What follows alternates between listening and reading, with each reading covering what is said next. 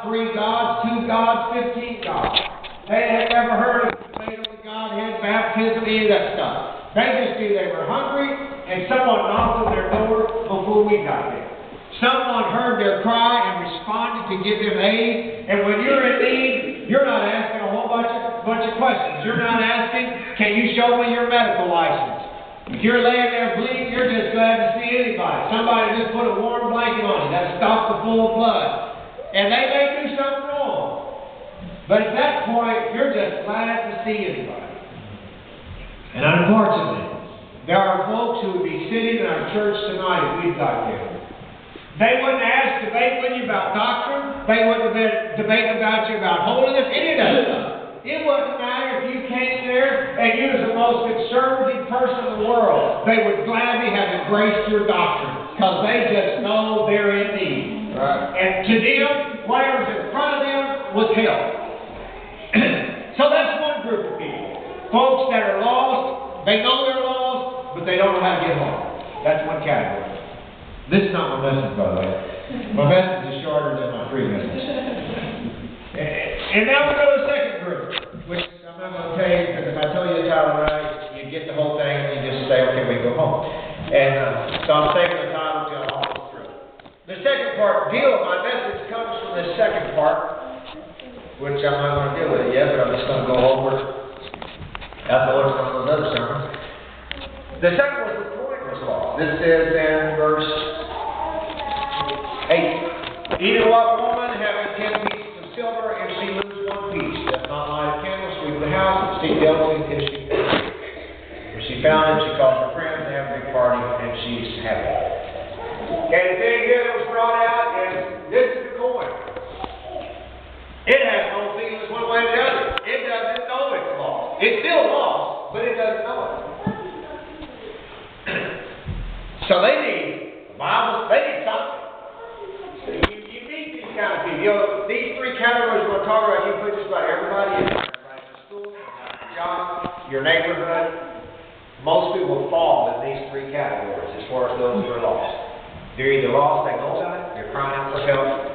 And so what they cry out, Chad mentioned Whitney Houston. I think one of the last songs they have her sing publicly was the song he just sang tonight, or Jesus Loves Me. February 11th, I think it was. I'm not keep up with it.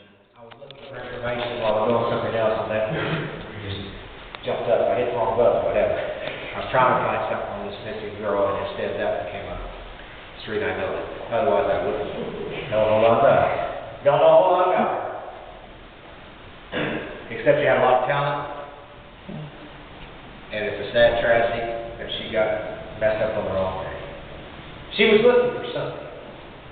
Has nothing to do with prejudge or anything like that. Our judgment. It's just a fact that she represented a segment of our society that was hungry for something. The money didn't satisfy. Isn't it amazing how these folks should make millions? We think, hey, too big to be great. Some of these people make that today. Yeah. But yet that doesn't satisfy. We have a tendency, if I just have it. And I told you over and over again about when I first came, this couple that I went to visit them, and admittedly they lived in a cramped lifestyle, small house. And they were talking about they hadn't been able to unpack their wedding dishes because there's nowhere to put them. It was a small house. And they were talking about moving. And they asked me about it. And I picked up that there was some turmoil there. And I also picked up that they thought maybe the source of that turmoil was the small house. They were getting on each other's nerves. There wasn't hardly room to blow your nose. And so I sit down with them. I don't know if they was wanting financial advice, spiritual advice, or what they was wanting. I gave them all of it. Sorry about this message. You're going to get a hold of it. So I said, I don't see anything wrong if you can afford it to buy you a house, a bigger house. If it's within your budget, you can afford it. It's obvious you do have a little, it is tight here. I think it might look like a garage apartment, type deal. Tight. But I want to caution you. If you're buying a house thinking it will bring happiness, that's the wrong reason to buy the house. Now, if you're buying it because we need more space, nothing wrong with that. If you're buying it because you need space and it's in your budget, go for it. But if you're thinking that's going to bring joy and restart this marriage, that's the wrong thing. And sadly, I have to tell you, or will tell you, they got that nice house. And there wasn't long, there was a for sale sign in front of a nice house because their marriage was dissolving. Because they found out, it was almost like it was prophetic or something. They found out that a house did not solve their problem. There was other issues there, and it had nothing to do with the size of the house. Now let's move on here. The coin, it was lost. It didn't know it was lost. So they somehow know that you have to ask God for wisdom to figure out how can I educate this person. You have people on your job. Some of them, they might even come to you, and they may tell you, I'm away from God. Or I know I'm lost. I had dreams the other night or this, and I'm scared to die. All that kind of stuff. And they will admit to you, I need help. Then there's others, they sing on the service, just be happy to the Lord. They may be educated or otherwise. They do fine. They're still lost. They just don't seem to be aware they're lost. So you got to figure, how can I get across to them somehow that they're lost? Okay, then the next one, just to save some time, I'll just take about this last one gets preached about more than any of them, and there's all kind of sermons about it. This was the guy, to put it in our apostolic language, he was raised in church. He slept on the pews. He knew all about it. He grew up hearing the songs. He saw the worship. He went to our youth camps. Later, as he gets old, he's a young person, he's involved with church. Then he gets out of church, makes some wrong moves, backslides. Starts gambling with young women, run with wild women, if it's a girl, run with wild guys, whatever. You can make whatever story you want to. Starts getting away from the beaten path. Breaks the parents' hearts, all that kind of stuff. Get away from it. And it looks like they're having a party and he's just enjoying life, but if you can be there at night, you realize it's really not all that happy.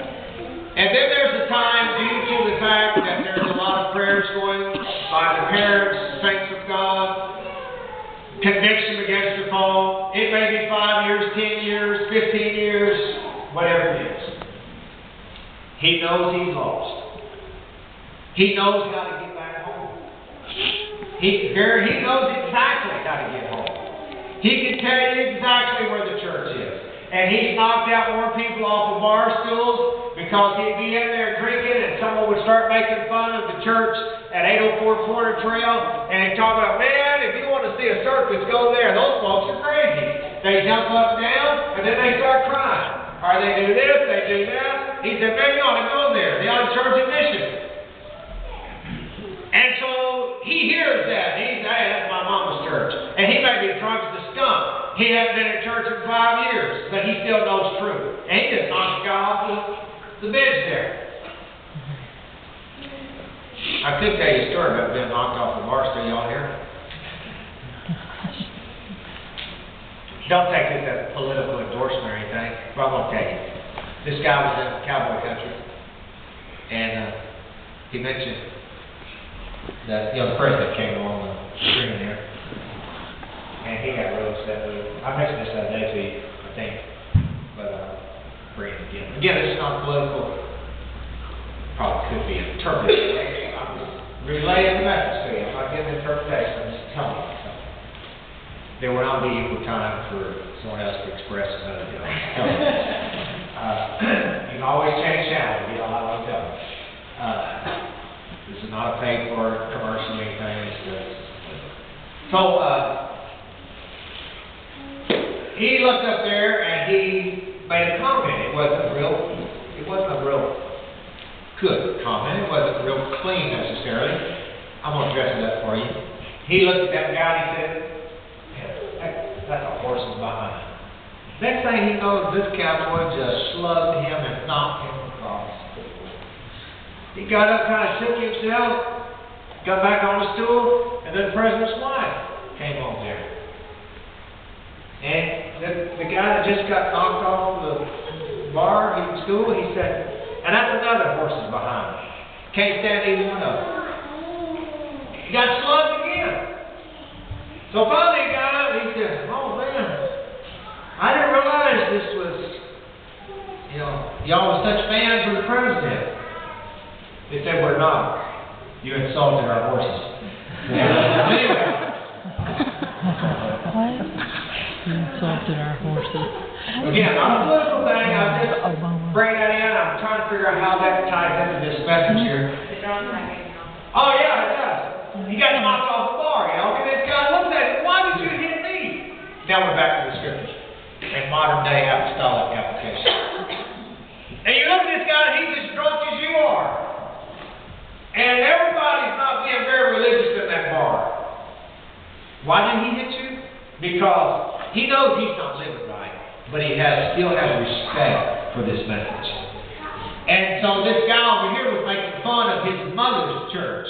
And so he was there. Sometimes backsliders defend us better than we defend ourselves. Yeah. We'll now, folks, just do whatever, and we're afraid to maybe say, wait a minute, now, let me tell you what the scripture says. Backsliders sometimes make some of the best. They witness and get people in church better than we do sometimes. They may never come to themselves, but they know the scriptures. Now you hear someone talking about getting stirred up, going to church, and they'll hop right on that and say, you better make sure you get baptized right. And you think all of a sudden they become a bona fide saint or something. And they may be way out there, way from God. Can we point them on this? They know they're lost. They know how to get home. They know where the church is. They don't need any of that. They don't need a prayer. They can quote more scriptures than you can. They were raised, and when they tell you, I was raised in church. Are you sure? Now, Pentecost. You're going to tell you,